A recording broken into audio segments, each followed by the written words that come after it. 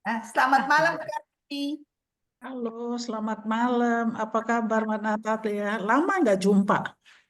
Tuh, senang sekali bisa ketemu dengan Bu Kartini Iya, malam hari ini. Eh, kita langsung mulai saja bagaimana teman-teman? iya. Silakan ya. Silahkan. Selamat malam buat semua. Mbak Indri, selamat malam. Selamat malam Bu, Iya, apa kabar? Ya, pertama-tama Bu Kartini saya ya sekedar memperkenalkan diri lagi. Saya Natalia dan malam ini saya ditugaskan untuk menjadi moderator. iya. Silakan. Ini adalah pertemuan kutu buku yang mungkin sudah yang ke-60 sejak kutu buku didirikan. Nah, untuk memperkenalkan apa dan siapa kutu buku, saya ingin mengundang Mbak Lili untuk menjelaskan apa dan siapa kita. Silakan, Li. Oh ya, selamat malam Bu Kartini. Terima Selamat malam, Mbak. terima Ya, kasih atas kehadirannya. Apa namanya? Saya tuh sama teman saya Indrina waktu di tengah-tengah COVID bulan Juni 2020 ya. ngobrol-ngobrol kita bilang bagaimana Indrit kalau kita bikin apa namanya klub baca book club dengan Oh, membaca gitu. bahasa Iya, iya. Indonesia. Jadi kita pikir, oke kita bikin, terus kita undang pengarangnya, penulisnya semua. Jadi dari Juni 2020 sampai sekarang sudah membaca hampir 60 buku dan Wow. selalu ya penulisnya selalu datang. Dan teman-teman yang di sini ada yang lokasinya ada yang lagi di Jepang, ada yang di Belanda waktu itu, ada yang di Australia, di mana. Jadi seluruh dunia bisa ikut membaca buku bersama. Jadi tujuannya waktu itu kita baca supaya lebih mengerti mengenai sastra Indonesia karena Indrina dan saya tuh sehari-hari kebanyakan bicara bahasa Inggris karena keluarga kami memang menikah dengan orang asing, jadi sehari-hari di Indonesia bacanya ngomongnya bahasa Inggris. Jadi itu sangat bagus juga buat kita memperbaiki bahasa kita dan juga aja dimengerti. Kira-kira gitu dari saya. Indrina silakan juga nyambung. Tidak banyak yang saya bisa tambahkan, itu memang kami sejak membaca 60 buku ini sejak Juli 2020 ya kalau nggak salah, banyak sekali belajar mengenai ternyata bukan hanya buku hiburan, tetapi seperti buku-bukunya Bu Kartini itu banyak historical, sejarah-sejarah yang membuka mata kita mengenai Indonesia, mengenai kultur kita, mengenai macam-macam. Jadi ini sangat apa ya, membuka mata kami semua. Tapi terima kasih sekali Bu Kartini sudah ada di sini. Monggo Mbak Natalia. Ya, Saya yang terima kasih diundang. uh, uh, terus terang kebetulan Bu Kartini pada awalnya waktu kutu buku dibentuk itu ternyata penulis-penulis Indonesia itu sebagian besar perempuan-perempuan. Jadi Iya.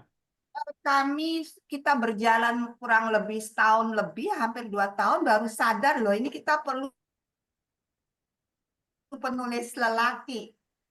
Jadi tapi sekarang sudah berimbang dan penulis-penulis yang sudah kami undang itu balance lah laki dan perempuan. Tetapi langsung to the point, buku Ibu saya sungguh menikmati membacanya karena ini juga memperkenalkan saya kepada budaya Batak yang saya sangat tidak tidak paham. Buku ini bagi saya mudah sekali dibaca, sangat mengalir dan memberi konteks latar belakang yang sangat kaya. Itu yang saya temukan. Tetapi yang saya ingin tanyakan sebagai pembuka saja, nanti ini kan sifatnya kita ngobrol aja ya Bu Kartini sama teman-teman. Eh, untuk apa sih Bu nulis buku pada usia Ibu yang sudah semua sudah dilakukan, semua pencapaian telah dicapai. Ngapain lagi nulis buku? Apalagi buku setebal ini. Dan baru 1 dari 3.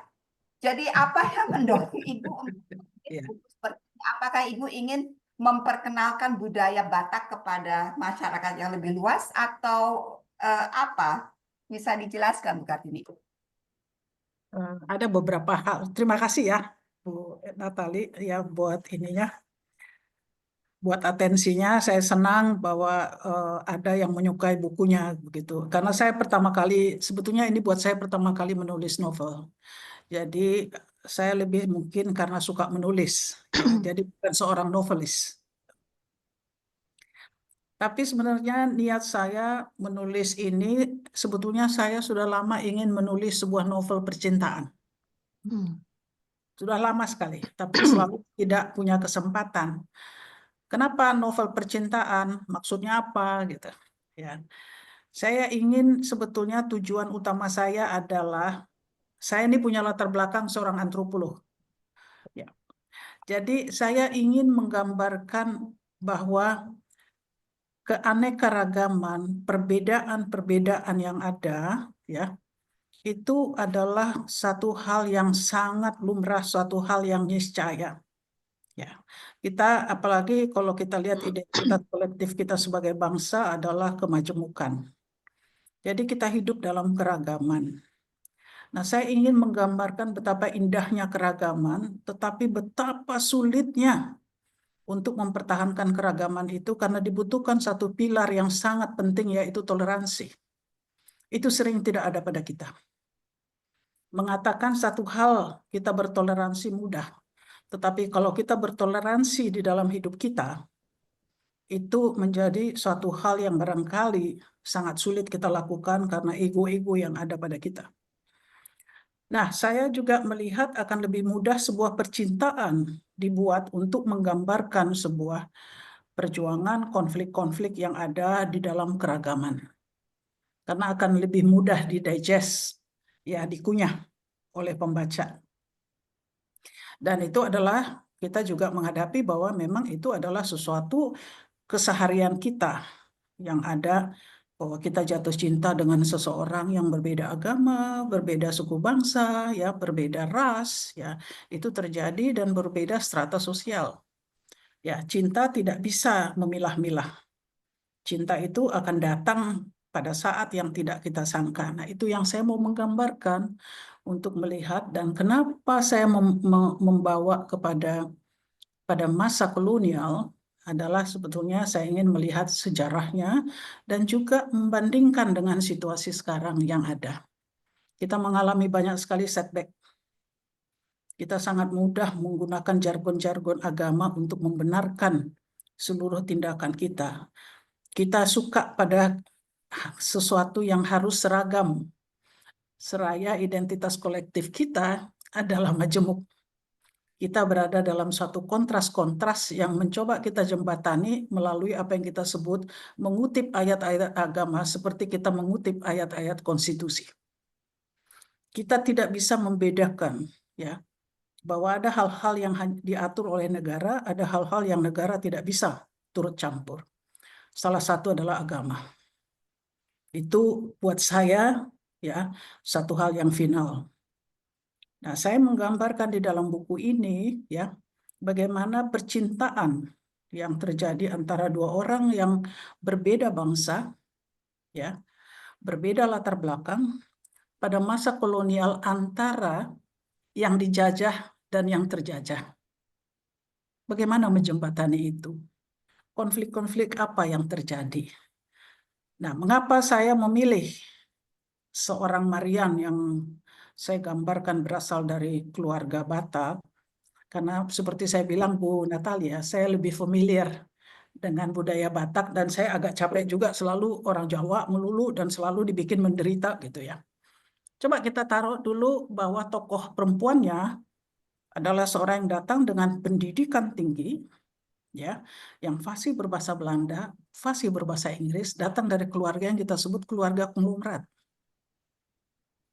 Apakah dia menghadapi hal yang sama kalau strata sosial dari si Marian itu adalah strata sosial perempuan yang datang dari keluarga miskin yang tidak punya pendidikan?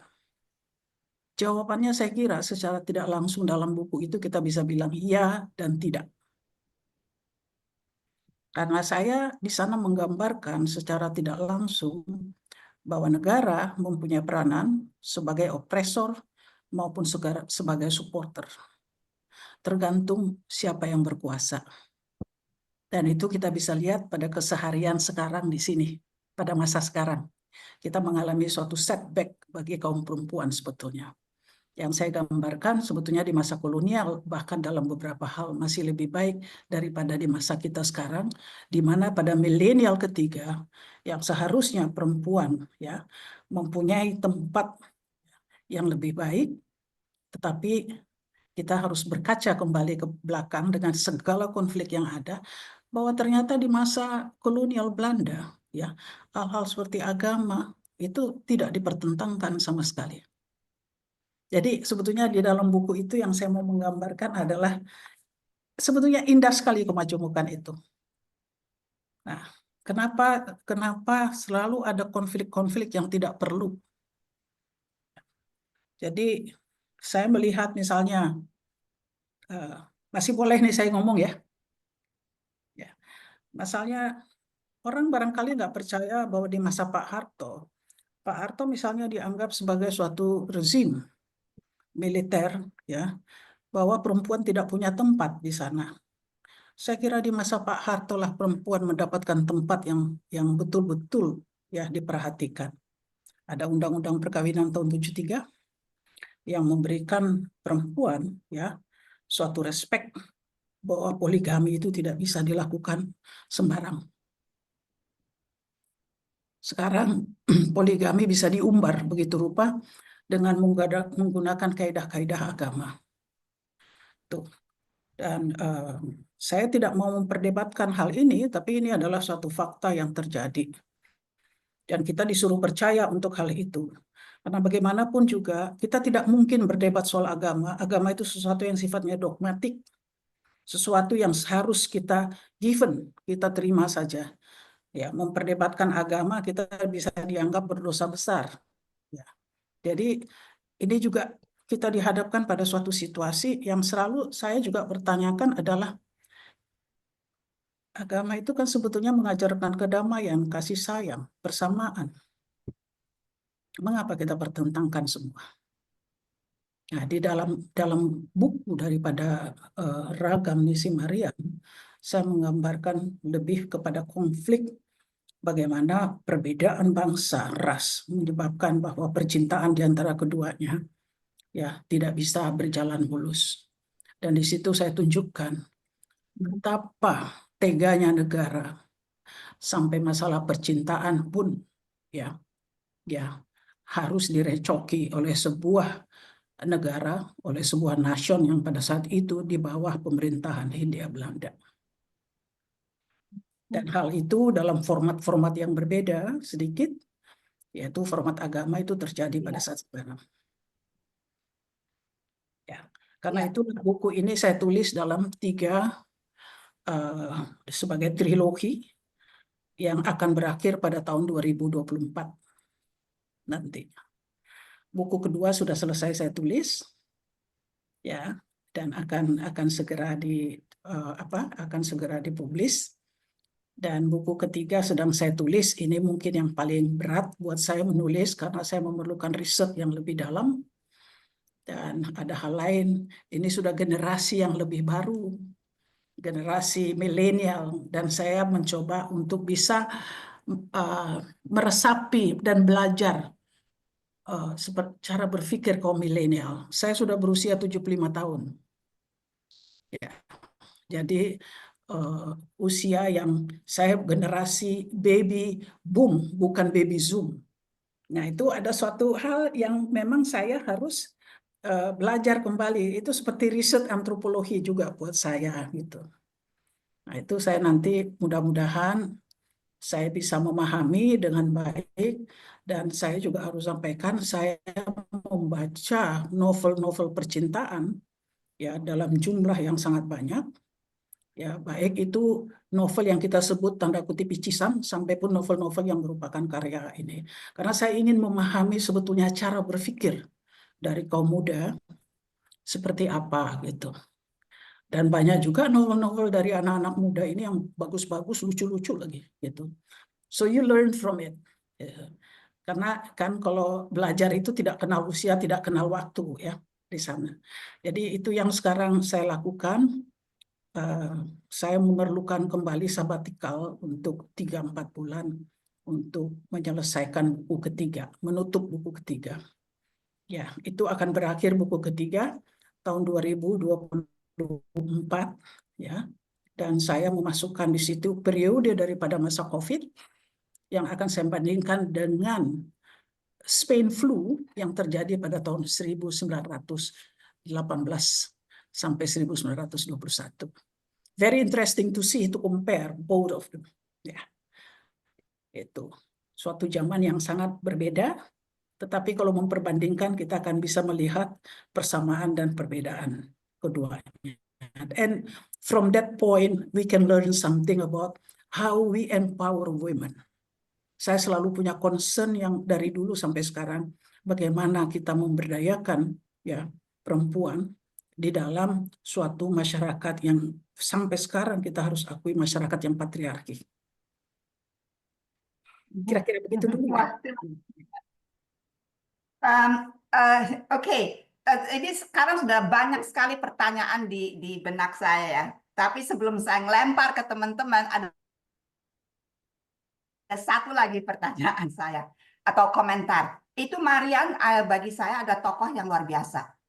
Betul-betul seorang, dari ceritanya itu terlihat sekali bagaimana Marian menjadi matang dari anak gadis yang sangat lugu, manja, sangat privilege, yang agak protected, begitu mudah jatuh cinta, tetapi kemudian dikhianati dan kemudian kekuatannya keluar.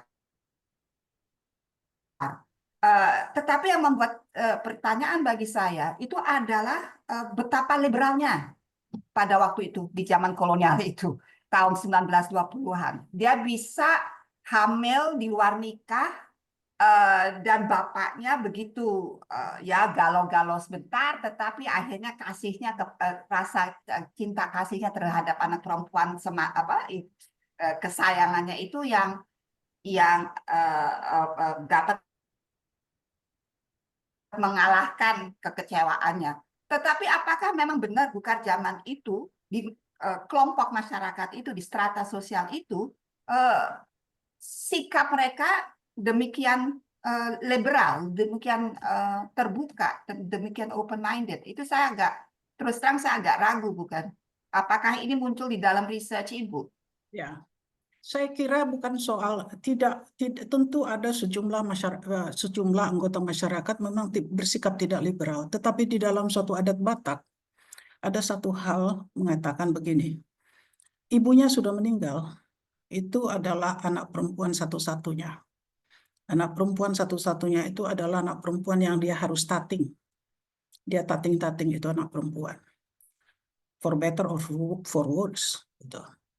Dia harus ada di sana, dia harus memelihara, menjaga putrinya itu. Jangan juga salah, mereka datang dari keluarga yang sangat terpandang. Dalam arti mereka sangat kaya, mereka punya networking yang sangat luas. Bukan berarti saya katakan bahwa kalau dia kaya atau punya networkingnya lebih luas, lalu dia lebih toleran, bukan. Kebetulan ini keluarga, mereka saya gambarkan di sana, keluarga yang memang dekat satu sama lain. Ya. Sehingga yang disebut aib dari anak perempuannya itu, walaupun dia sangat sulit untuk terima dan berat sekali, tapi dia tahu bahwa dia harus menjaga anak perempuannya. Dia punya solusi untuk itu, dia taruh anaknya di Buitenzorg di Bogor. Karena dia tetap mereka mempunyai suatu jalan keluar yang harus dihadapi ya dengan kemampuan finansial yang mereka miliki. Tetapi kasih seorang ayah betapapun sulitnya, ya, itu dia dia harus terima apa yang terjadi sama anaknya. Karena kalau di dalam cerita mungkin Bu Natalia baca, dia sudah pernah memperingatkan anak perempuannya apa yang akan terjadi kalau dia punya bukan dia tidak suka anak Eropa ini, anak lelaki ini, ya. Itu kan Jan Peter itu dia tamat insinyur dari Wageningen, ya. Nah, Betul. itu bukan dia tidak suka, tetapi dia khawatir sekali bahwa pernikahan di antara mereka akan menyebabkan kedua-duanya tidak diterima di masyarakat, baik masyarakat Eropa maupun masyarakat dari bumi putra, pribumi. Itu yang ditakutkan. Tetapi karena Marian memang besar dengan tradisi Eropa, dia belum bisa melihat dimensi itu. Dia hanya tahu bahwa temannya banyak orang Eropa baik-baik aja semua gitu. Ya, dan dia kemudian carried away ya, larut dengan seluruh situasi percintaannya sampai dia hamil. Gitu. Ya, memang itu mereka merahasiakan, dan untuk Marian fakta bahwa dia harus karena aib yang begitu besar dia harus dikucilkan. Buitenzorg. Jangan kita lihat Bogor sekarang ya dengan Bogor tahun 1900 ini, itu kalau kita lihat untuk ke Bogor aja 6 jam ya naik mobil ya. Jadi itu bukanlah suatu perjalanan yang mudah. Dan Bogor pada saat itu ya memang suatu tempat yang sendiri jauh ya dari Jakarta. Jadi buat Marian itu juga suatu tempat pembuangan bagi dia. Ya, itu. Oke, terima kasih Bu Kar. Saya mau buka floor kepada teman-teman. Kalau ada yang mau bertanya, memberi kesan atas bukunya Bu Kar, silakan. Siapa yang mau mengajukan pertanyaan? Silakan Ingrid. Bukan, terima kasih. Melanjutkan pertanyaan yang Mbak Natalia tadi. Jadi saya mengerti kalau Pak Marian ini dikucilkan ke Bogor, ya. Namun setelah dikucilkan lalu kembali, dan sepertinya Om ini sangat terbuka, tapi sangat terbuka sekali dengan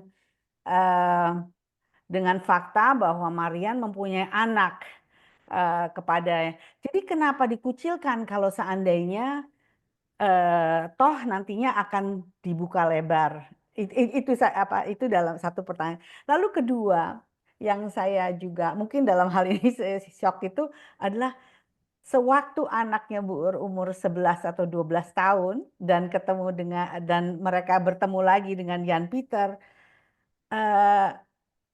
itu pun Marian lalu membuka kepada anak-anaknya bahwa mereka, ya kurang lebih mereka adalah anak di luar nikah gitu, yang saya mengerti zaman dulu itu dan zaman sekarang sedikitnya ada sebuah apa ya, stigma gitu ya kalau itu bagi saya itu wah, berani sekali sang ibu ini kepada anaknya, apakah sangat terbuka dan lain-lain ya. Saya ingin mengerti alur pikiran Ibu Kartini dalam hal ini. Ya. Sebetulnya nggak seperti itu betul ya. Dia Ya. jadi kemudian ketika dia hamil ya dia melihat pada diri dia sebetulnya sangat kecewa sama pacarnya ya, Jan Pieter. Betul. Dia juga Ya. sangat kecewa bahwa dia apa ya terlalu carried Percaya. away Ya. soal itu, dia kecewa gitu. Nah, tetapi dia kemudian menganggap bahwa dia harus berbuat sesuatu. Yaitu di sanalah dia selama masa dia hamil, saya kira saya lukiskan di situ ya, bahwa dia membaca, belajar ya. Dia belajar, dia membaca, mempelajari apa yang dilakukan Dewi Sartika misalnya, Ya. dan tokoh-tokoh perempuan. Ya, dia mencoba memberdayakan dirinya sendiri. Dia ingin menjadi mandiri gitu. Dia tidak ingin sama sekali lagi bahwa dia terus-menerus akan seperti terbuang seperti itu. Dia sangat beruntung bahwa ayahnya maupun saudara-saudara laki-lakinya karena cinta mereka kepada Marian mendukung mereka menerima dia apa adanya. 12 tahun kemudian Jan Pieter kembali. Ya, waktu itu Jan Pieter diangkat sebagai kepala daripada ekonomi ya, Perkebunan, ya. ekonomi jajahan gitu. Marian pada saat itu sudah banyak mengambil alih tugas-tugas dari ayahnya. Ya. Banyak dari orang tidak tahu bahwa dia sudah melahirkan anak karena mereka tinggal di Bogor. Jadi dengan segala fasilitas yang dimiliki, dia banyak mewakili ayahnya dalam berbagai kegiatan. Dan antara lain kegiatan itu adalah pertemuan dia pertama ya dengan Ian Peter. Jan Peter. Ya. Nah, akhirnya Ian Peter tahulah bahwa dia punya anak. Itu. Kalau saya nggak salah sebetulnya pada saat yang itu kan dia sudah menikah. Marian Betul. sudah menikah kepada Colin. Colin Siregar. Ya. Ya. Akhirnya dipertemukan pada hari ulang tahun anaknya yang ke-12. Ya, jadi dia harus memperkenalkan, memberitahu karena si anak sendiri sebetulnya kan bertanya-tanya kenapa wajah mereka dan ininya agak lain dari banyak ya. Yang lain ya. Iya, karena mereka ada Indo lah. Indo. Ya. Jadi dia memberitahu untuk anak-anak itu pada awalnya sangat sulit untuk terima, Terima. tapi kemudian karena sudah diinikan dengan baik oleh opungnya, oleh ayahnya Marian, ya, dan Olan sendiri, maka anak-anak itu lambat laun bisa menerima. Tidak sebetulnya sama sekali tidak mudah, ya, untuk mereka. Tetapi saya menunjukkan kembali di sana bahwa betapapun negara mencampur segitu jauh mengenai kehidupan seseorang, kalau keluarga Batih itu solid dan kuat, negara juga tidak bisa melakukan apapun. Ya. Nah, itu sebetulnya message yang saya mau sampaikan di sana. Terima Jadi, kasih, Bu. ya, Dan zaman sekarang keluarga itu seringkali udah rapuh, tidak lagi seperti zaman dulu. Apalagi di generasi yang lebih muda ini, ya, keluarga-keluarga Patih di generasi post baby boomer sekarang lebih sulit untuk bisa bertahan daripada ya. baby boomers katakan. Ada lagi silahkan yang mau mengajukan pertanyaan, komentar silahkan. Sambil menunggu bukan, apakah keluarga Marian ini ada suatu keluarga Batak yang menjadi inspirasi Bu Kartini atau ini totally fictional ngarang saja? Ataukah ya Tentu selalu ada pengaruh daripada realitas sehari-hari ya, gitu. Misalnya saya menggambarkan Marian itu suka dansa ya,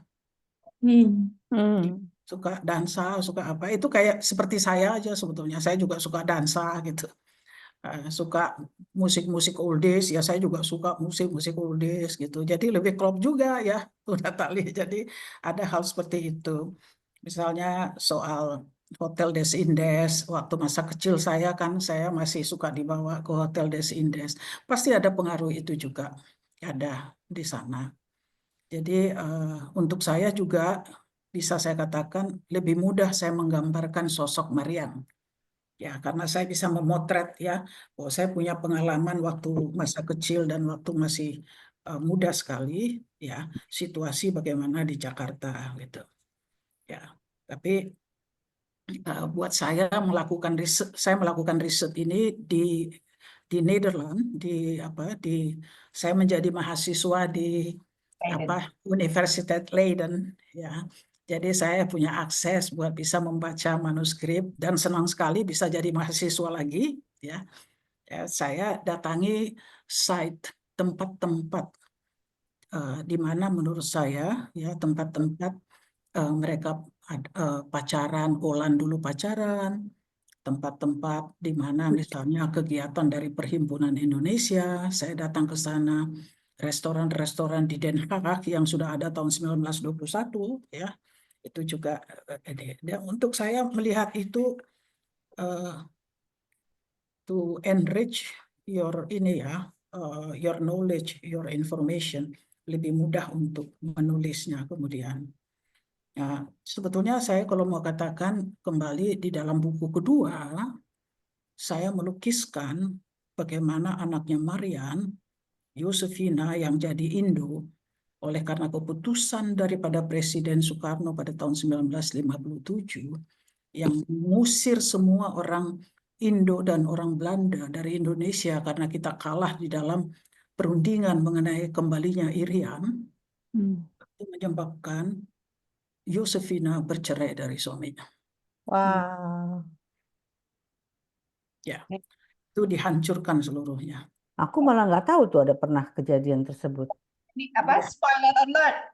Jangan dikasih spoiler alert, bukan. Nanti kita baca bukunya Itu nanti. itu Spoiler. di di buku yang kedua ya saya menulis betapa campur tangan negara ya juga mengenai peristiwa G30S PKI ya saya juga gambarkan di sana itu Oke. merupakan suatu hal yang sangat memilukan gitu. Ya, betul. Saya, Betul. saya, saya baru selesai baca buku John Rusa, Pretext for Murder. Nah, itu G30S di situ kelihatan betapa kompleksnya masalahnya. Sasa, silakan Sasa. Oke, thank you. Terima kasih Natali. Selamat malam Bu Kartini. Saya Sasa. Saya kebetulan sepupunya Eli Huta Barat. Oh, apa kabar? Jadi saya baca di buku ada nama Kak Eli disebut di situ. Jadi saya bertanya dengan dia sempat benar kunjungi Bu Kartini waktu research di Belanda ya. Ya, tinggal sama-sama ya. She inspired me a lot. Ya, she's married to Batak family. Pertanyaan saya sebenarnya tadi menyangkut research sudah disentuh sedikit ya. Namun ya sebagai antropolog pasti Ibu sangat canggih ya dalam hal research. Namun saya sangat kagum kualitas dari research itu sangat detail ya. Sampai kadang-kadang kita diingatkan konteksnya ke zaman sekarang gitu ya supaya ingat dari bahwa oh dulu Menteng begini, sekarang Menteng begini gitu. Nah, kira-kira dalam research hal historis seperti ini, bagaimana pengalaman Bu Kartini mendapatkan materi-materi research itu? Apakah di Indonesia sampai harus ke Belanda baru mendapatkan materi seperti itu? Kira-kira tentang itu. Terima kasih. Kenapa harus ke Belanda ya? Ya. Ya, pertama saya suka jalan-jalan ya. Saya suka traveling. Itu satu hal. Saya selalu punya selalu ada inspirasi kalau saya traveling, nggak tahu kenapa.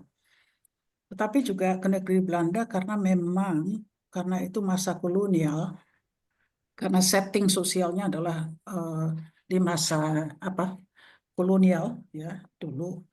Itu saya rasa sangat tepat kalau saya melakukan semacam riset ya ke negeri Belanda karena saya tahu juga banyak sekali manuskrip yang sudah rare ya sudah langka itu masih ada di sana ya. Saya juga melakukan riset di sini di Perpustakaan Nasional itu tetapi tidak selengkap yang ada di Leiden. Nah, jadi saya ke sana supaya bisa mendapatkan gambaran, misalnya begini loh, satu gambaran saja. Saya tidak punya data yang lengkap saat itu di Jakarta mengenai apa itu Preanger Stelsel. Ya, bagaimana soal kopi di Priangan? Kenapa jadi kopi Priangan itu sangat hebat sekali, di mana 70% daripada pasokan kopi dunia yang utama itu datang dari Priangan.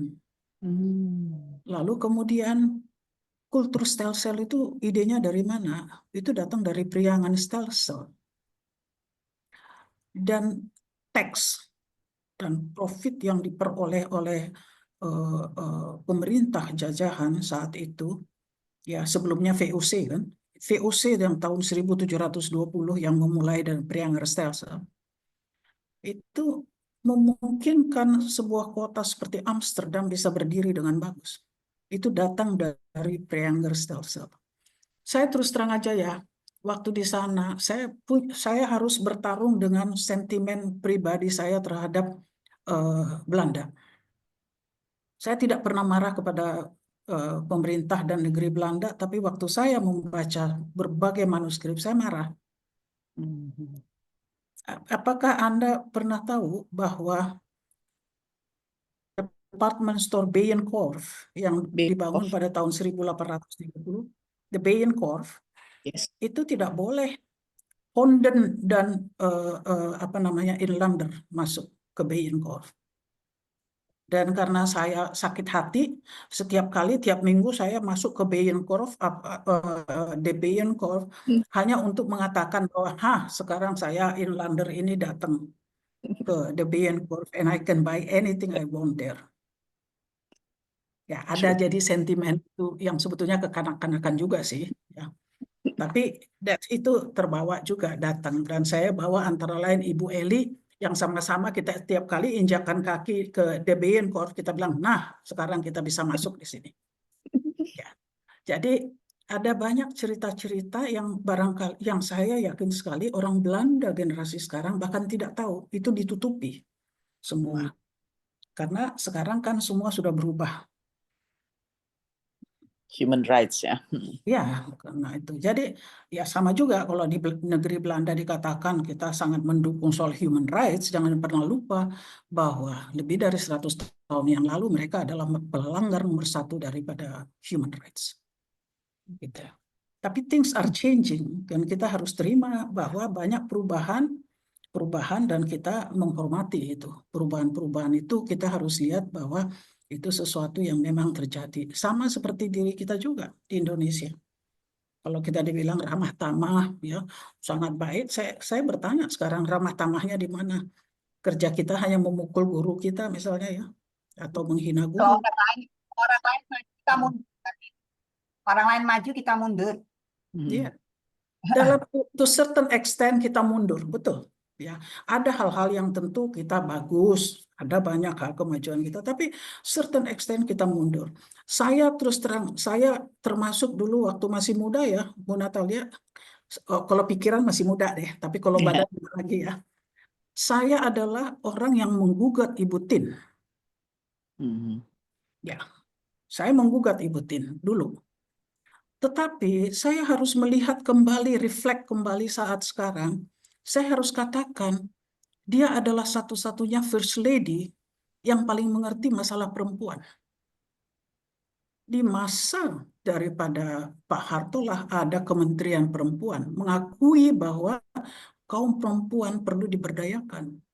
Di masa itulah justru ASN tidak boleh berpoligami. Sekarang kita lihat anggota DPR, ya, dilantik bawa istri, 3 istri dan tenang-tenang aja. Dan saya bertanya, hey, tunggu dulu, Anda boleh punya harem kalau Anda tidak di public office, because I pay my tax to pay you. Ya, saya nggak rela. Ya, you better behave according to us, because we pay you.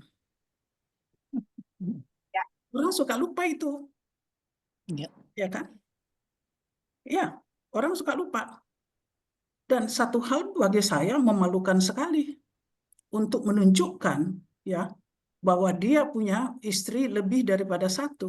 Kenapa saya bilang itu memalukan? Karena itu dia secara terang-terangan menunjukkan kepada publik bahwa dia tidak bisa mengekang libidonya. Self-control. Yes. You have to behave. Karena Anda sudah mau terima di public office. Nah, di kita yang terjadi to the opposite. Justru ketika dia di public office, dia memamerkan semuanya. Karena itu saya juga tidak heran kalau korupsi merajalela di mana-mana. Korupsi dipertontonkan sama seperti libido dipertontonkan kepada publik. Kita Sasa? Okay, thank you. What the state, what the government is doing. Ya, betul bukan. Ya. Mari kita dengar pandangan seorang pria sekarang, Bukar. Kita ada pembaca yang pria. Silakan, Dharma. Hai Dharma. Halo Tante, saya temannya Pandu dan Gita. Mau nanya, ini kan buku ini kan risetnya tadi kan Bukar udah cerita bahwa sangat mendalam ya. Nah ini sebenarnya ada 2 pertanyaan sih. Mungkin nomor 1 adalah seberapa penting sih peranan riset ini dalam buku ini sendiri gitu. Apakah memang harus mendalam seperti itu atau karena ya tadi latar belakang atau karena lebih kesenangan? Itu mungkin pertanyaan nomor 1. Pertanyaan nomor 2 adalah dalam riset yang dilakukan untuk buku ini, ada hal yang sangat surprising nggak, atau mungkin baru diketahui gitu untuk Bukar? Ya, Mungkin dan itu. sebetulnya kalau saya bisa bilang buku ini sebetulnya bisa dibilang dua. Satu hanya soal kisah cintanya tanpa settingnya. Kedua adalah soal historisnya sebagai suatu buku sendiri. Saya mencoba merajut fiksi dengan non-fiksi. Karena buat saya itu menjadi suatu hal yang penting, karena tadi saya juga sampaikan kepada Bu Natalia bahwa tujuan saya menulis buku ini untuk menggambarkan, ya, at the end menggambarkan ya bagaimana peran daripada negara terhadap warganya, terutama kaum perempuan. Saya juga ingin menggambarkan betapa ya kita hidup dalam kemajemukan, tetapi pada sikap kita sangat cenderung pada keseragaman. Sebenarnya itu di garis besarnya ke sana nanti, bahwa terasa risetnya terasa pekat. Ya barangkali mungkin karena latar belakang dari saya sebagai antropolog. Ya. Kalau dari sisi Bukar yang paling surprising dari research, ya, sesuatu yang tadinya nggak diketahui terus begitu research, wah kaget gitu ada nggak? Yang saya bukan surprising, mungkin lucu, bahwa ketika saya menulis ini ada beberapa bagian ketika saya menulis saya menangis. Saya menangis. Ya. Ketika ada dialog Marian dengan ayahnya, ketika ayahnya meninggal, ya, bagaimana dia dalam adat Batak ada yang disebut mengandungi. Mengandungi itu hanya bisa dalam suatu situasi hanya keluarga dekat yang hadir. Maka setiap orang bisa mengeluarkan perasaan hatinya ya kepada yang meninggal. Marian melakukan itu. Itu suatu adat di dalam Batak. Nah, itu saya agak larut, carried away juga waktu menulisnya, itu saya menangis. Ya. Karena saya bisa merasakan betapa sakitnya bagi dia ketika dia tahu bahwa suaminya, suaminya Ulan kembali kepada pacar lamanya. Dan saya juga menangis menuliskan ketika dia harus mengalami pembuangan, ditaruh di Buitenzorg, ya, karena ada aib yang dibawa, yaitu dia hamil. Gitu.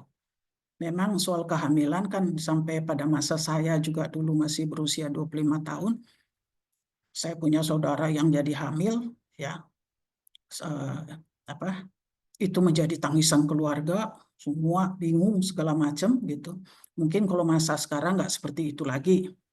Teman saya pernah mengatakan pada saya baru-baru ini, kita sih mendingan deh, nggak apa-apa deh, anak kita hamil dulu, jadi kita nggak repot-repot. Bayangin kita udah capek-capek bikin pesta, cucu kita nggak datang-datang sama sekali kan.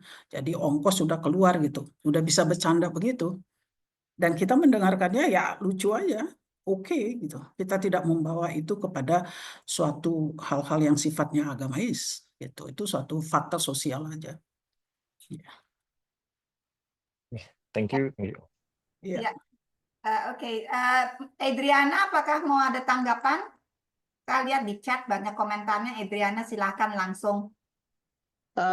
Terima kasih Mbak Natalia. Ada Bukar, Nana.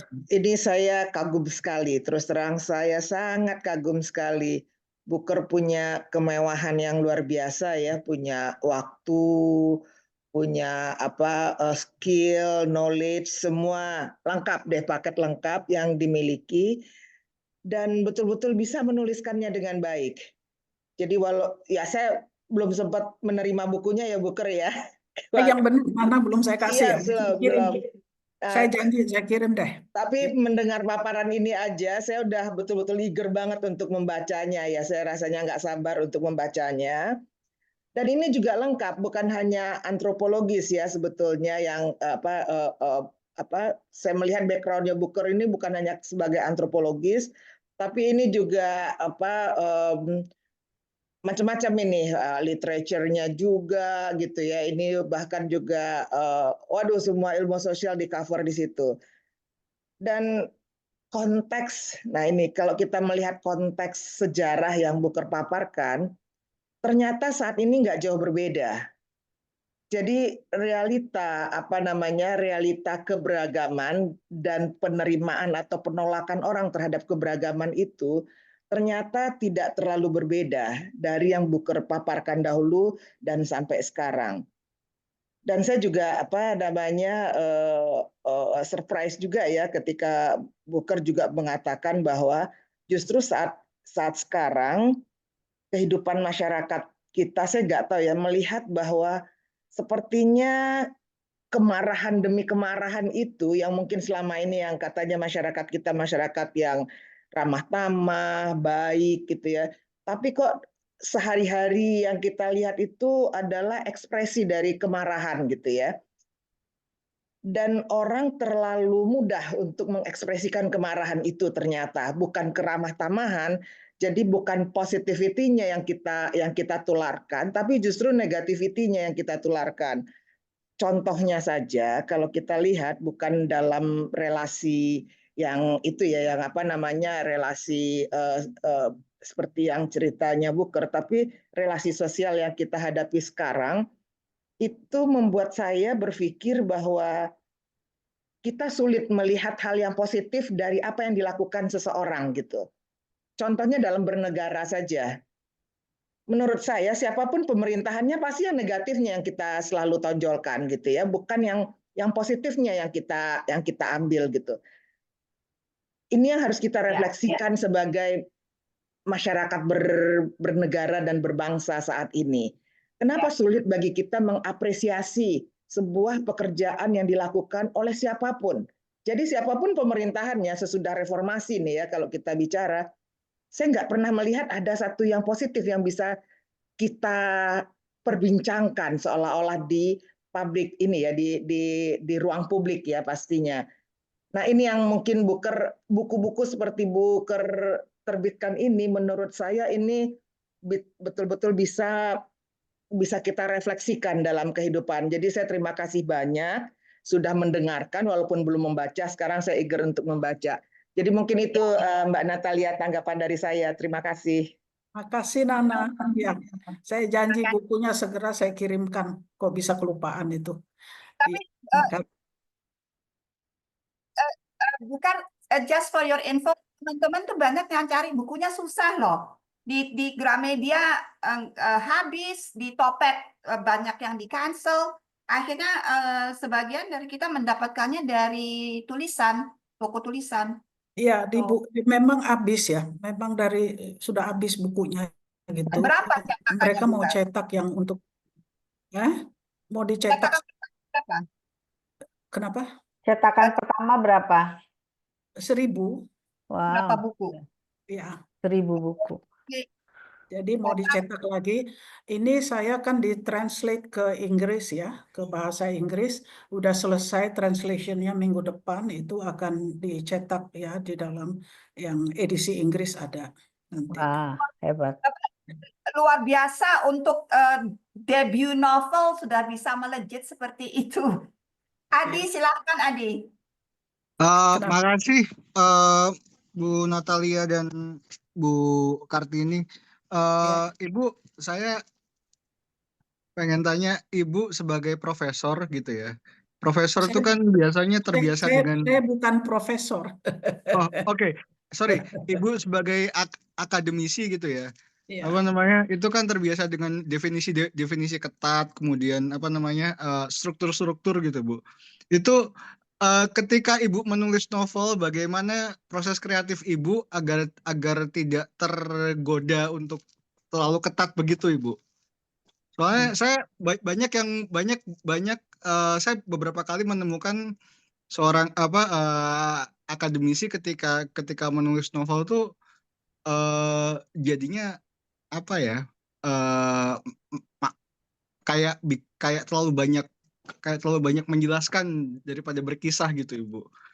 Padahal kan menurut saya ya, novel itu, saya punya analogi yang simpel ya. Misalnya gini, Bu.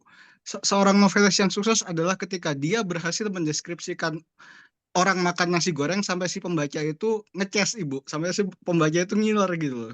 Jadi nggak menjelaskan bahwa nasi goreng ini mengandung bawang putih berapa biji, berapa biji, berapa biji. Itu tugasnya akademisi di situ, Ibu. Makasih, Ibu. Terima kasih, Pak. Ya, sebetulnya waktu saya menulis ini, terus terang saya sudah berhenti menulis hal-hal yang sifatnya teoritis. Ya, karena menurut saya nggak banyak manfaatnya, nggak banyak gunanya. Saya sempat mengajar di UI 23 tahun. Ya, saya mengajar di S1, S2, dan S3, membimbing untuk tesis disertasi. Ya. Tetapi pada akhirnya saya melihat bahwa teori itu kan semuanya datang dari fakta-fakta sosial. Dan teori itu ketika jadi teori harus diuji kembali pada fakta sosial. Jadi saya melepaskan diri dari hal-hal seperti itu karena menurut saya nggak terlalu dibutuhkan. Tetapi bahwa kebiasaan saya di dalam riset tentu itu ada. Tuh. Dan ketika saya menulis ini sebetulnya terus terang saja, saya tidak terkonstruksi gitu. Dia berjalan aja terus. Waktu saya tinggal di daerah salah satu desa di 14 km dari Amsterdam, Friesland, itu desa petani di situ, itu datang saja ide bahwa nanti akan ada acara pernikahannya di sini. Saya berjalan tiap sore, oh saya lihat Windmolen, ya. Ah, bagus sekali Windmolen ini, di sini dia melamar nantinya. Dan saya lukiskan itu. Ya, pelukisannya mungkin agak antropologis, tapi saya membayangkan dan saya senang. Gitu. Jadi saya membebaskan diri saya dari semua acuan-acuan teori yang ada.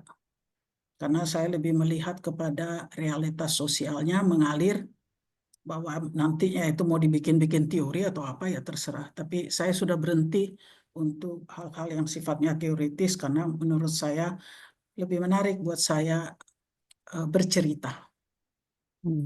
Ya, bercerita tentang kehidupan kita hari-hari. Memang untuk melukiskan kisah cinta, saya harus mengakui, saya harus membaca begitu banyak novel percintaan. Betul. Ya, karena kadang-kadang bagaimanapun juga bukan saya bilang ini itu suatu yang sangat alami. Ya, percintaan itu alami sekali. Tapi mungkin generasi saya dengan generasi yang lebih muda atau generasi lebih tua agak berbeda cara mengungkapkannya. Itu tidak juga mudah. Misalnya dalam buku Marian, ya, Ragam Nisi Marian ini 30% itu bahasa Belanda. Karena orang Indonesia itu kalau ngomong kan, ibu saya misalnya campur aduk bahasa Belanda sama bahasa Indonesia. Jadi itu yang ada seperti itu. Kalau generasi sekarang kan bahasa Inggris ke sana sama bahasa gaul tuh mereka. Ya. Tapi terus terang Bu Kartini saya agak gregetan sih baca kalimat Belanda, terus habis itu ada kalimat terjemahannya bahasa Indonesia. Jadi aku merasa kayak baca 2 kali. Mesti kalau bisa kaki aja biar lebih mengalir. Kritik kecil. Itu memang jadi persoalan juga. Tadinya saya tidak mau sama sekali diterjemahkan, Iya. tetapi banyak yang meminta karena mereka bilang kita nggak itu lagi nggak terlalu paham kalau terlalu panjang gitu. Ya. Saya setuju ada terjemahannya, Bu. Kalau Natalia bilang, aduh, itu kayaknya nggak srek. Tapi saya bilang, oh, saya sangat terbantu dengan ada terjemahannya. Ya. Ada buku yang nulisnya di catatan kaki di bawah gitu loh. Tapi Jadi banyak banget. Ya. nggak mengganggu alurnya gitu. Iya, betul itu. Saya setuju. Anyway, itu masalah kecil. Ada lagi yang nah, Aku Silakan. komentar aja sebentar. Iya, silakan, Bu Indri. Ibu, ini saya sangat kagum dengan ilustrasi bukunya. Cantik sekali. Terus di dalam-dalamnya itu, ini hanya komentar, di dalam-dalamnya itu juga banyak gambar-gambar yang bagus-bagus dan indah-indah. Dan kebetulan saya waktu itu juga ke toko tulisan di Dharma Wangsa Square. Iya. Aduh, merchandisingnya cantik sekali. Ada tasnya, ada buku begini, ada macam-macam ragam sekali. Hebat sekali itu ini ya pemikiran dari timnya Ibu Ker bukan hanya memproduksi buku tetapi memproduksi hal-hal lain untuk mengangkat buku ini. Ini ide dari mana, Bu? Sampai sebegitunya terpikirkan merchandising tersebut. Sebenarnya juga nggak terpikir loh Bu Indri. Saya kan cuma mau nulis saja. Ah, Lalu kemudian naskah itu dibaca oleh siapa itu? Melisa dari ah, Tulisan. Melisa ini kan teman anak saya. ah. Jadi dibaca, lalu dia bilang sama saya, aduh tante saya suka sekali karena seperti saya merasa melihat diri saya. Boleh nggak saya bikin ilustrasinya? Saya Oh, bilang silakan aja mau bikin ilustrasi gitu. Waktu dia bikin ilustrasi saya lihat, oh kok bagus banget ya. Nah, itu. Nah, ini kok cantik banget gitu. Terus dia bilang, iya Tan, saya mau bikin aja ke sini. Dan ini saya nanti mau bikin ini dalam bentuk scarf, dalam bentuk betul. tote bag, dalam bentuk... Iya. Saya bilang silakan aja kalau mau dilakukan gitu. Saya sih kalau saya menulis aja. Aha. Kan saya Ya, nggak terlalu ngerti ya ya, eh, ya, apa ya. seninya. Itu Melisa kan yang senimannya gitu. Ya. Oh. Nah, buku kedua nanti dia juga yang pegang, sudah selesai. Ilustrasinya cantik sekali, lalu benda-benda Saya pun jatuh merchandising, cinta dengan ilustrasinya terus terang. benda-benda yang diproduksi pun yang ada di toko itu, di Ya. toko tersebut jadi meriah, bagus sekali. Saya kagum, kagum sekali. Sebetulnya buku itu dengan ilustrasinya sudah dibawa Melisa tahun lalu bulan Maret ke Rijksmuseum. Ya. Oh, Dan sebetulnya buku ini juga sudah di-launch oleh KBRI di Den Haag pada April lalu. Saya wow, saya Oh, khusus terbang ke ke sana. Den Haag ya. terjemahan Belandanya akan ada nggak, Bu? Ah, Kenapa? terjemahan Terjemahan kepada dalam bahasa bahasa. Belanda. Bahasa Terjem- Belanda. Enggak, hanya bahasa Inggris sama bahasa Indonesia. Oke. Ya, Mungkin pada saat ini baru bahasa Indonesia dan ya Inggris. mungkin. Nanti-nanti Ya. mungkin Kalau ada. yang bahasa Inggris sudah selesai. Ya. Elsa, silakan. Tolong nih Elsa di unmute. Dia nggak bisa unmute.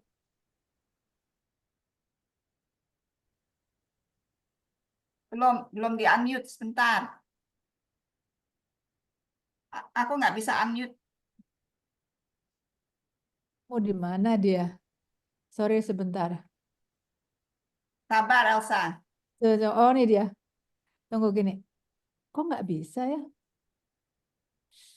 Nggak bisa aku. Indrin, mungkin kamu bisa unmute Udah, sorry, Ya, itu muncul sendiri. sendiri. Selamat malam Ibu Kartini, selamat malam teman-teman. Silakan Elsa. Ya, terima kasih Mbak Ai. Ibu Kartini tadi cerita bahwa Ibu suka sekali baca segala macam cerita romance, termasuk cerita picisan. Kalau saya boleh tahu dari cerita-cerita romance, Ibu pengarang favoritnya siapa? Dari situ. Yang kedua, yang buku Ibu ini siapa editornya Ibu? Itu aja pertanyaan saya. Oke, saya jawab dari belakang dulu. Editornya saya sendiri. Ya, Oke, saya terima sendiri, kasih. tapi mungkin secara teknis dari pihak Kompas. Cuman waktu itu kita sepakat bahwa Kompas tidak mengubah gaya bicara, gaya menulis, cara menulis saya gitu. Ya. Tapi hanya melihat misalnya mengatakan Bukar ini kurang titik komanya, kurang itunya gitu ya ke sana. Dan saya serahkan pada Kompas untuk melayout ya buku Oh. itu. Tetapi yang memeriksa seluruh isinya itu karena saya tidak ingin ada diubah karena nanti kehilangan rohnya gitu loh. Nah, tetapi juga ada yang memberikan masukan misalnya mengatakan Bukar penjelasan ini terlalu panjang, nggak usah saya potong-potong ada gitu. Tapi lebih pada masalah teknisnya ke sana. Nggak percaya kasih orang untuk edit Ibu. Saya chief editor. Oh. Ya. Jadi pekerjaan saya dulu chief editor Okay. untuk di Yayasan Obor. Oke. Ya. Ya. Eh, Kemudian penulis Nulis. Ini penulis menarik. kesukaannya siapa, Bu? Banyak saya suka penulis-penulis muda ya yang saya baca dan saya tertawa-tawa sendiri. Eh, Emerald Tahir, ada Amisin, ada siapa ya? Eh, eh, Mira, ya, Mira Way ada. Terus kemudian ya, siapa itu yang menulis cerita pulang? I forgot that. Maria Hartiningsih. Laila Kudori.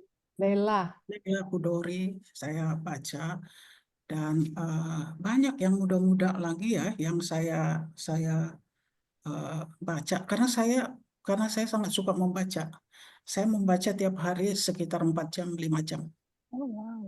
Saya membaca apa saja. Ya. Ya. Jadi saya kalau nonton TV nggak terlalu suka karena saya selalu beranggapan TV informatif tapi kadang-kadang membuat kita lebih bodoh gitu ya. Eh, karena kan kadang-kadang suka bombastis ya kita nggak tahu juga gitu. Ya, tetapi untuk sekedar untuk melihat, saya paling menonton TV itu 2 kali seminggu kali itu juga 1 jam udah. Mm-mm.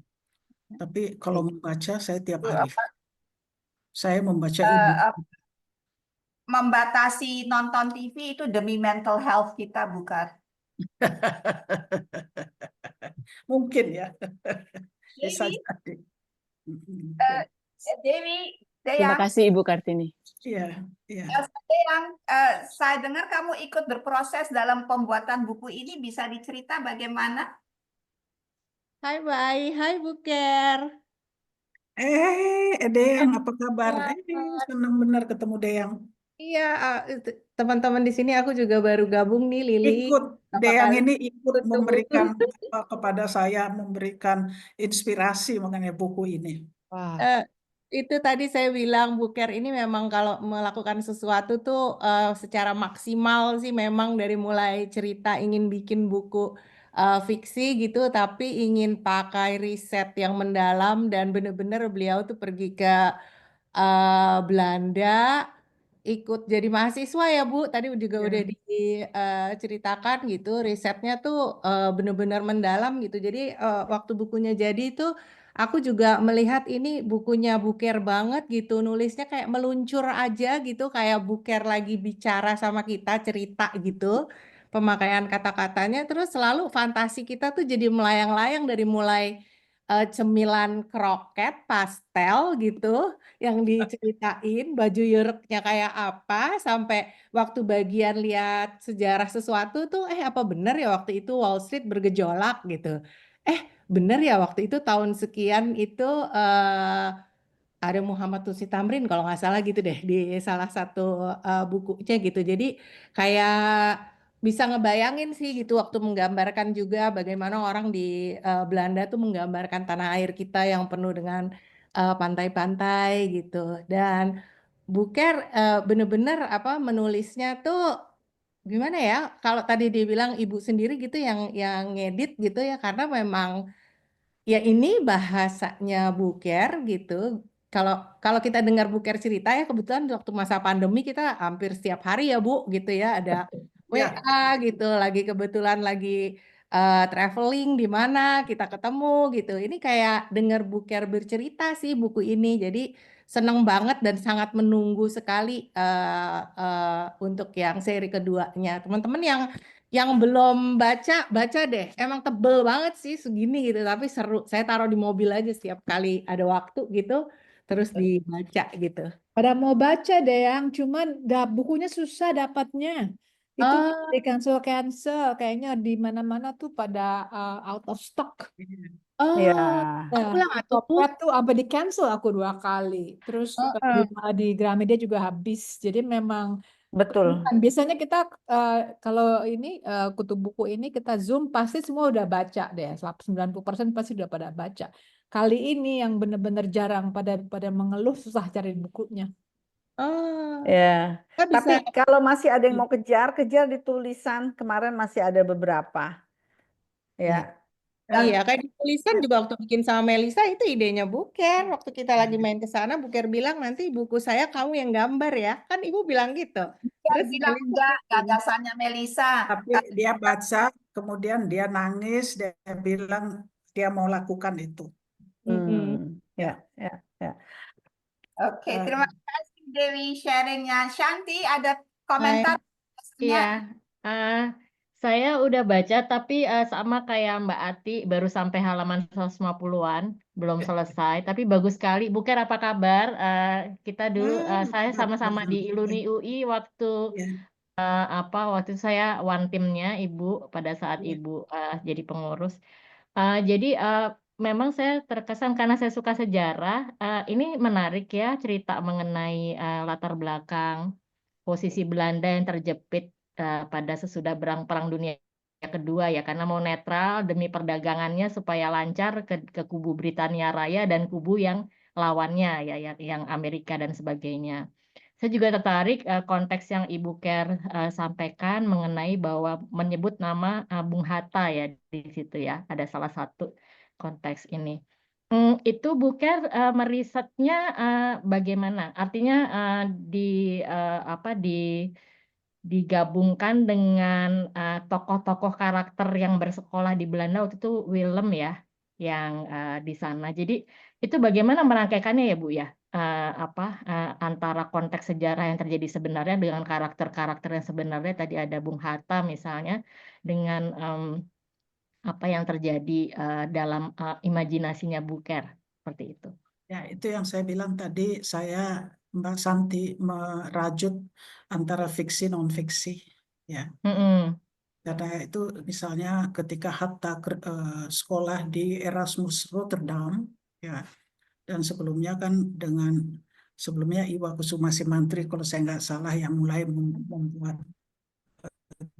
Perhimpunan Indonesia, itu William Hasiholan Siregar sudah menjadi seorang mahasiswa ilmu hukum di Leiden di sana, dan dia punya perhatian yang besar sekali terhadap masalah-masalah politik yang terjadi di tanah air mengenai Indonesia yang merdeka nantinya. Tapi itu kan masih merupakan sesuatu yang belum belum terkristalisir secara tajam, tapi keinginan Ya. itu ada. Nah, itu saya rajut di sana pertemuan-pertemuan mereka kalau ada rapat-rapat. Karena itu saya kan ke tempat kantor Perhimpunan Indonesia dulu. Betul. Ya, dengan berada di sana saya bisa membayangkan seperti apa rapat dan di mana William Hasiholan saya dudukkan di dalam, ya kan? Jadi sangat detail ya Bu. Ya, saya sendiri pergi ke Rotterdam untuk melihat seperti apa Rotterdam ini Erasmus School of Economics di Rotterdam, tempat dari dulu tempatnya Hatta. Ya, saya pergi ke Fakultas Hukum Leiden ya untuk melihat, saya duduk di sana di taman dan saya menggambarkan percintaan William Hasiholan dengan siapa itu, Margaret, seorang perempuan ya, orang Belanda di situ. Dan itu bisa terbayangkan ya bagaimana mereka duduk-duduk di taman, apa yang mereka obrolkan gitu. Jadi saya memang itu antropologi sekali yang saya lakukan itu, betul. Ya, saya pergi misalnya ke Wageningen, tempatnya Jan Pieter dulu sekolah untuk jadi insinyur. Ya, saya berada di sana seharian melihat, saya pergi ke kafenya, saya membayangkan seorang Jan Pieter yang kemudian dikirim ke Hindia Belanda. Ya, jadi saya datangi semua tempat-tempat. Saya datangin juga di mana pertama kali VOC established, didirikan. Itu ada satu kota kecil. Nah, dengan merangkai dengan perjalanan itu, saya mendapatkan suatu gambaran yang lebih utuh tentang sejarah dari masa kolonial dan bagaimana mahasiswa-mahasiswa Indonesia yang kemudian akhirnya mendeklarasikan ya kemerdekaan Indonesia. Saya menaruh hormat yang luar biasa dan saya bisa bayangkan bagaimana sulitnya ya dan susahnya mereka pada saat itu. Jadi maaf Ibu, saya karena terlambat tadi saya dalam perjalanan, mungkin sudah ada yang nanya sebelumnya, tapi jadi Ibu napak tilas dulu, setelah itu Ibu mulai mendudukkan para karakter di tempat di Belanda itu ya Bu ya? Seperti itu Ya, prosesnya Mbak kan? Santi tahu nggak apa kata anak saya mengenai saya? Anak saya selalu meledek saya, nggak tahu. Dharma tahu lah. Ini buku yang paling mahal yang dia tahu. Oh, Ini dia bilang buku karena novel risetnya. dia Ya bilang. betul. Ya.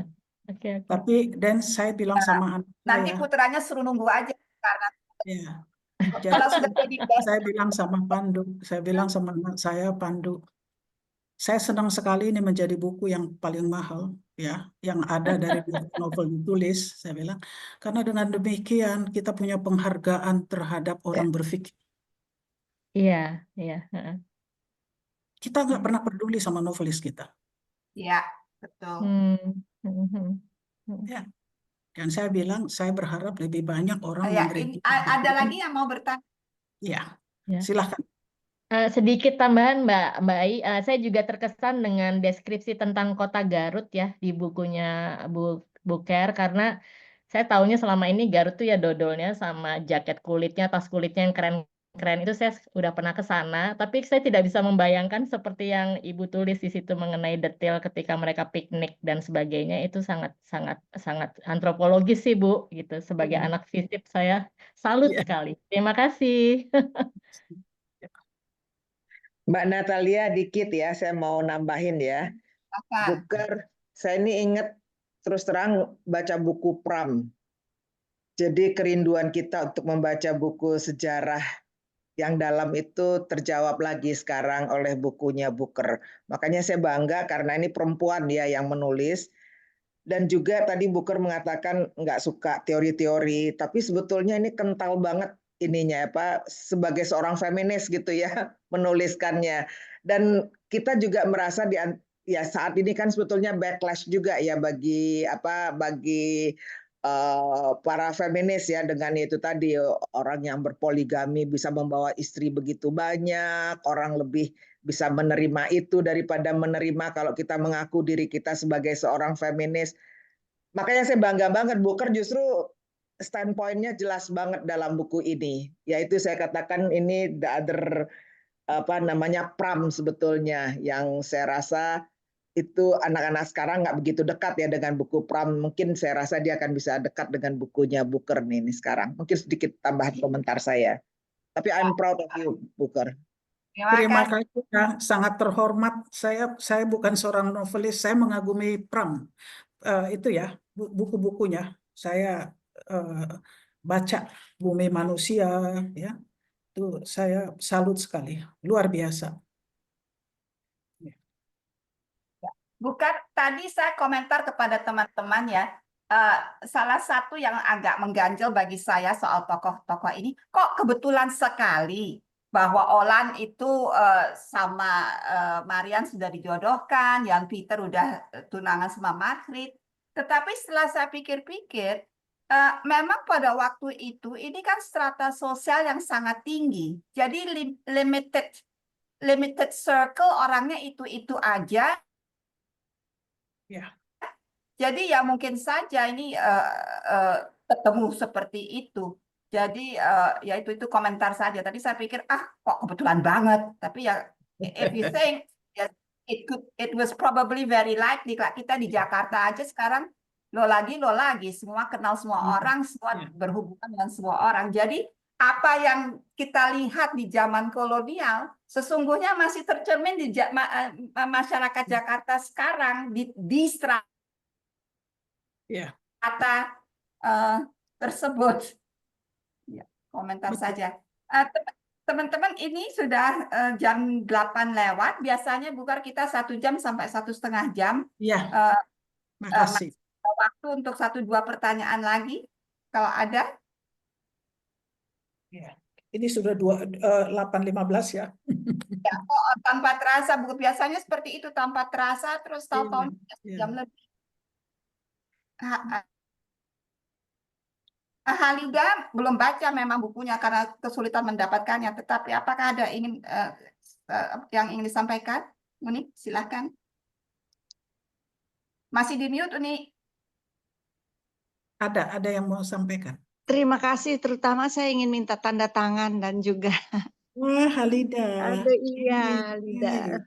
Iya, saya sebetulnya sudah lama ingin baca buku ini. Berapa kali di cancel oleh Tokopedia, saya pikir aduh, sampai saya pikir gimana caranya, akhirnya dapat melalui orang lain, itu di Jogja dapatnya. Jadi terus hari Senin baru datang, jadi belum bisa baca, tapi saya sudah melihat secara cepat, aduh bagus sekali, menarik sekali begitu. Jadi saya setuju tadi diucapkan bahwa mendapat kesan bahwa ini seperti the other type of Pramudias, karya-karyanya Pramudia. Dan nanti mau baca benar-benar deh dalam 1-2 hari. Tapi mau minta tanda tangan di mana ya? Boleh, Lid. Nanti, ya. Iya. Kasih alamat aja, Lid. Iya, saya tinggal di rumah ayah, jalan di Ponorogo. Di Ponorogo lebih dekat lagi dong. Saya di Depannya Jalan PDI. Sukabumi dekat. Iya. Iya, nomor Dari berapa kalau saya boleh tahu? Jalan. Ya, aduh saya mesti nanti saya titip di satpamnya bukunya Ya, nanti ditandatangani. kalau Terima ada kasih. bukunya bisa aja, Lid. Saat jalan pagi mampir. Iya, Iya. jalan pagi enak tuh. Iya. Terima kasih banyak. Lid. Ya. Makasih Mbak Ai. Mbak Ai, just one quick question, can I? Of course, please go Ya, ahead. Bu Ker, boleh nggak dikasih bocoran dikit nanti yang jilid 2-nya tentang apa, Bu? Tadi nggak dengar Bocoran. Aku telat, maaf. Saya buku kedua itu saya berkeliling sampai ke Madrid. Ke Barcelona, saya juga pergi ke mana ya? Ke New York ya, juga ada ya ke New York ya gitu. Tapi saya suka memang berkeliling karena saya seneng kalau lagi duduk sambil minum kopi atau apa, inspirasi itu datang. Nggak tahu, ya kayak melukis saja, menulis itu seperti melukis sih sebetulnya, menurut pendapat saya ya. Sekarang ini lagi mandek, nggak tahu kenapa mandek. Di Jakarta itu saya sulit sekali menulis karena banyak social distraction ya. Distraksi sosial, yang ulang tahun, yang kita ketemu teman, yang apa, terus lupa. Ya, itu jadi hambatan. Bali is a very good place to write, ya, senang, menyenangkan di Bali. Tapi karena saya suka traveling, saya biasanya ya itu, ya menulis aja di situ, datang gitu. Ya, dan yang kedua ini saya menggambarkan adalah bagaimana negara bisa begitu berpengaruh sampai pada ke tingkat keluarga Batik, perceraian yang begitu menyedihkan, ya G30S, ya memisahkan orang-orang daripada yang dicintai bahkan sampai gila gitu. Dan bagaimana kemudian ada Pak Kampung Kantip, ya kan, itu juga terus masuklah kepada era reformasi. Jadi ada suatu situasi ya. Nah, saya nanti yang paling berat adalah masa reformasi ke atas ini. Saya memang harus melakukan riset yang buku ketiga ya, yang betul-betul dalam. Karena itu saya sebetulnya mendaftarkan diri saya. Tadinya saya mendaftarkan ke Stanford, mau ngambil untuk sabbatical. Sudah mau jalan, semua anak-anak saya veto. Karena itu 1 tahun. Ya, tidak bisa kurang dari 1 tahun. Jadi tidak disetujui karena mungkin terlalu jauh buat saya. Akhirnya anak saya setuju, saya sabbatical di Georgetown. Ya, tapi hanya 3 bulan saja nanti. Nah, kita lihat saja ya, apakah ini mudah-mudahan bisa terlaksana. Karena dengan di Georgetown saya punya akses pada Library of Congress. Ya. Dan ini pada buku ketiga sebetulnya sudah orientasinya itu anak-anak sekolahnya sudah ke luar negeri, ke Amerika, ada yang ke Inggris, kemana-mana gitu. Ya, jadi saya ngikuti alurnya itu. Sekalian kan jalan-jalan ya. Gitu. Judulnya apa, Bukar, yang buku kedua?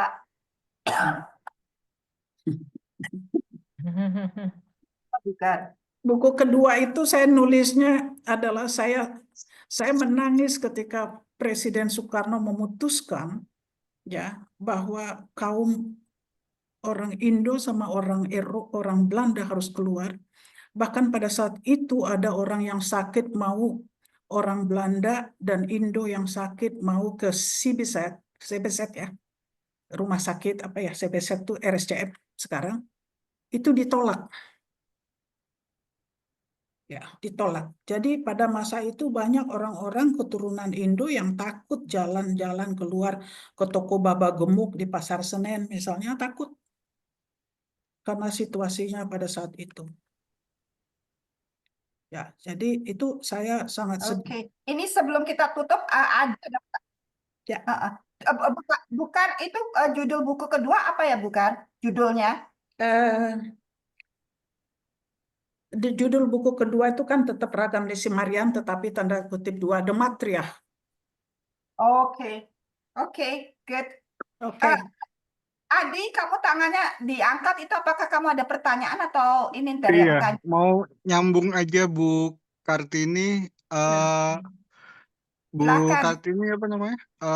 Tadi kepikiran tadi yang Ibu tulis tuh untuk buku kedua kayak settingnya Sinterklas Hitam 1957 ya Bu ya. Iya. Itu saya pernah mendengar Bu, saya belum mendapat dokumen banyak tentang peristiwa itu ya, tapi saya pernah mendengar bahwa itu menimbulkan apa ya, menimbulkan krisis identitas juga untuk apa? Jadi banyak orang-orang Belanda, banyak orang-orang keturunan Belanda yang lahir di sini tidak pernah ke Belanda, terus tiba-tiba diusir, disuruh ke Belanda gitu. Betul. Mereka akhirnya di sini gua nggak diterima, tapi di Belanda gue juga udah bukan tempat lahir gue gitu loh.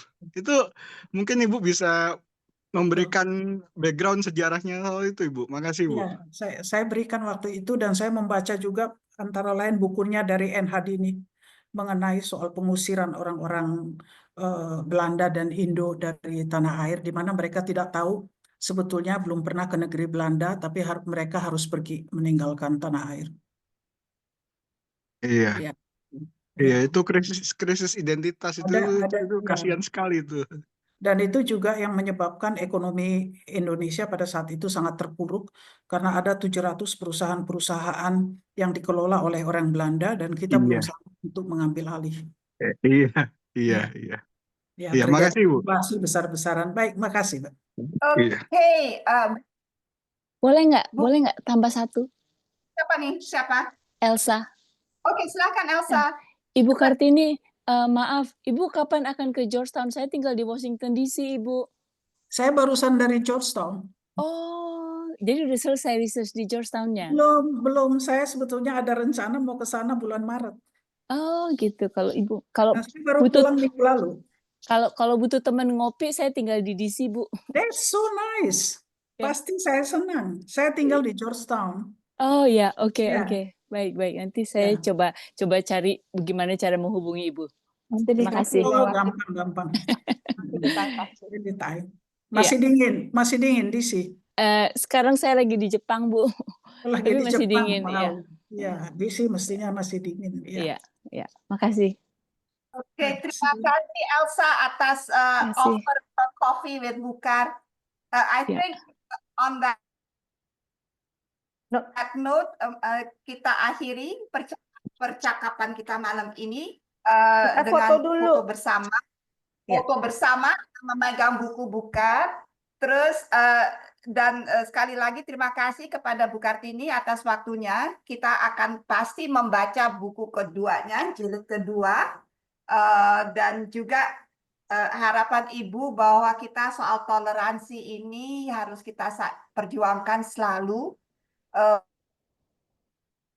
Bukan saja toleransi, tetapi lebih daripada toleransi itu adalah acceptance.